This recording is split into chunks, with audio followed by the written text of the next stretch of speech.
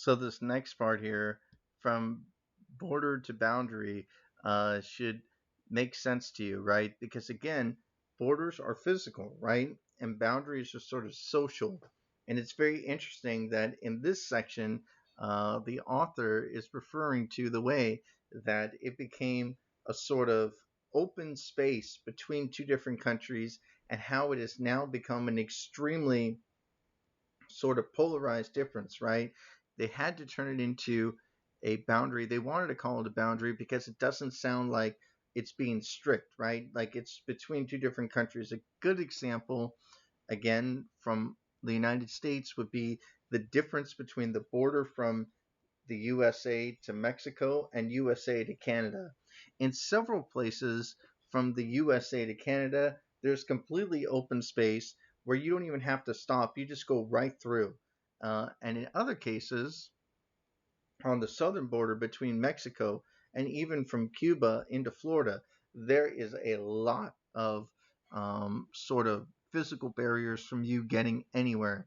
And in the case of Hong Kong to Shenzhen, there's a lot of stops along the way. However, recently, not at the time that this book was written, but about a year or two ago, they finally created a high-speed railway from Hong Kong to China, which didn't previously exist. Previously, you had to go from Hong Kong, what we call the New Territories, which is far in the north, which he kind of talks about here, and then you have to take a special train that goes all the way to the end.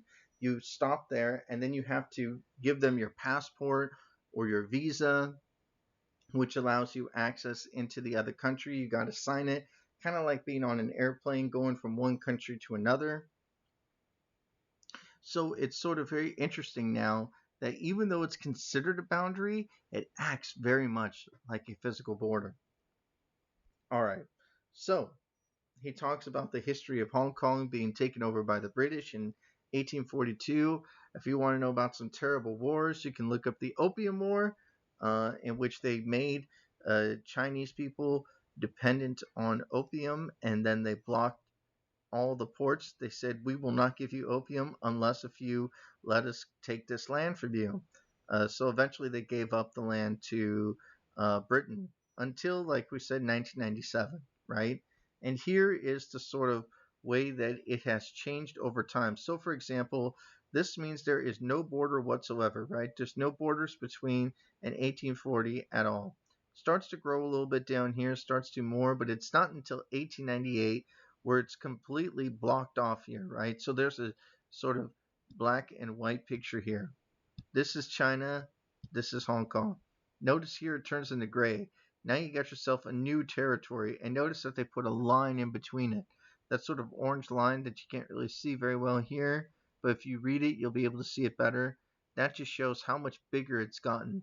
And as you can see here, there's not that much space, but it keeps growing little by little. And now it's just this one big gray space, which means they're supposed to be the same. Very similar to the way it used to be in 1840. All right. And again, he talks about the sort of history of Hong Kong during the wars, in which at that time, before World War II, it was completely open, right? It was completely open. No one really cared whether or not you went through. He talks about Bawang County, which includes this Shenzhen and also another city known as Guangzhou, which is much bigger. And again, like he said, there was only 268,000 people at that time. So there was no pressing need to control the frontier or border, right? However, after World War II, the Communist Revolution happened, then the Korean War, and then Cold War divisions between East and West, communism and capitalism, completely changed everything, right? And as a result, border crossings were shut down all over the world.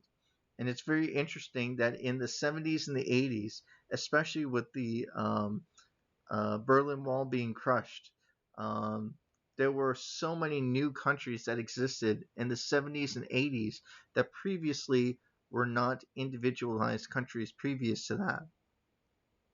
All the sort of belief in controlling countries like for example, with the sort of imperial nation that was designed in Britain, sort of faded away, right? They said, we don't want to control India anymore.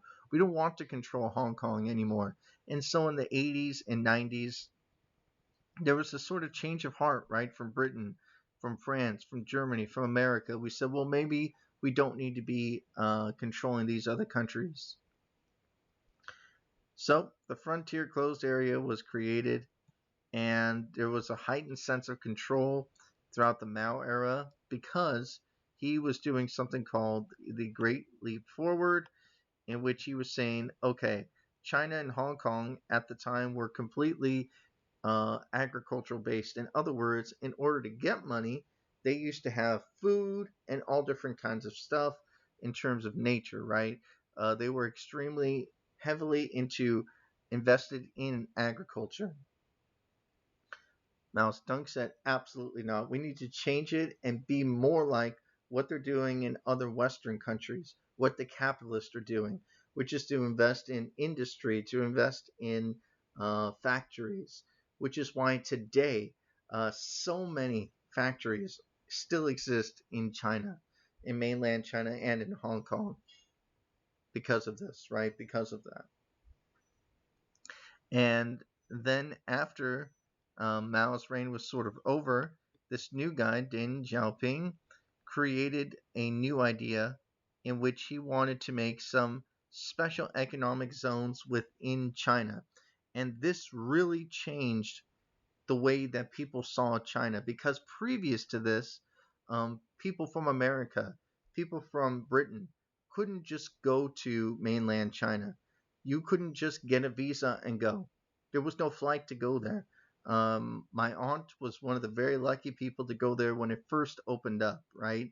So at the time, when China finally opened up its world to the West and the West opening itself to the world. That's why they call it the windows of the world. And I have been to, they make a side note about the window of the world. And yes, the window of the world does exist still to this day in Shenzhen. You could check it out. And what they have is they have every part of the world, but in miniature size. So you can go see New York, and they have all the statues of liberty, but it's about this big. It's about this big. It's like super small, and it's so cool. So the idea was to sort of open up, right? So the border between different people was sort of broken down temporarily, right?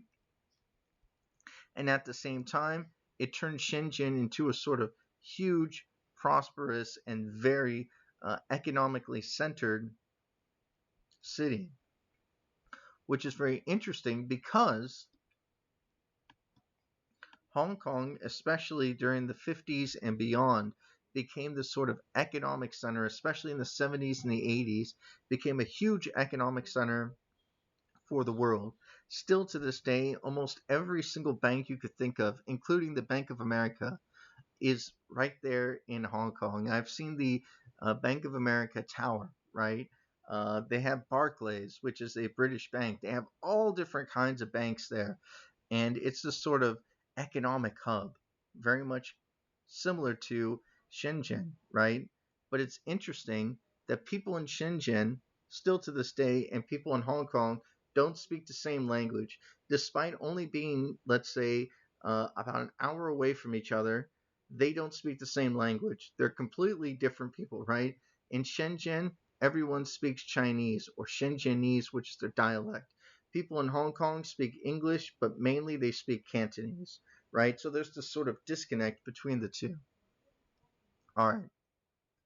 So then he talks about the development of what was going on, and he shows you how the sort of border has changed over time and the sort of issues that have come up as a result of it. And this shift effectively deindustrialized Hong Kong, with manufacturing industries moving basically all to Shenzhen, which is why today Shenzhen is a huge economic booming city. It's one of the most expensive places to live in the world, still to this day. Okay, Now, here they talk about the sort of history of the new territories, which are very important in Hong Kong because they essentially are the places where everyone ended up living, right? Because they had a whole bunch of land, and what the government did was they built on it and made a whole bunch of skyscrapers. So if you ever go to Hong Kong, you'll be able to see the new territories, and it's filled with apartments and condos everywhere. It's like, man, you wouldn't believe how many things they got going on over there. Then they talk. He also talks about the sort of declaration of how Hong Kong became a part of China yet again in 1984. And then it's very interesting that instead of being called a border, it was renamed a boundary. And again, remember, border meaning a physical difference between the two. But now it's a social boundary, a social difference between the two, but an agreement that there's still one, right? Hence the name one country, two systems, right? And that's why they decided to call Hong Kong, Macau, and Taiwan special autonomous regions, or the SARs. They still hold this name to this day, effectively part of China but maintaining their own legal, economic, and citizen independence from the mainland of China. All right. And then they talk about some very interesting ideas to include limitations on financial investments and all these other different things, including permanent residency, which is very important for all of you who've been studying borders. And you know this because it's all about borders are all about excluding certain people and including others. And of course, the word control and permeability are things you're well familiar with. Control being sovereignty. China believes it has sovereignty over Hong Kong, hence they call it the SAR, Special Administrative Region, but we still have control over it. And permeability, changes, moving things. And so there was this sort of belief in all these different changes, right? And then they talk about the changes that have been made, such as bridges that have been made between the two countries. And of course, um, like I had mentioned, the Hong Kong Express Rail Link, which I did take myself and was completed around 2018.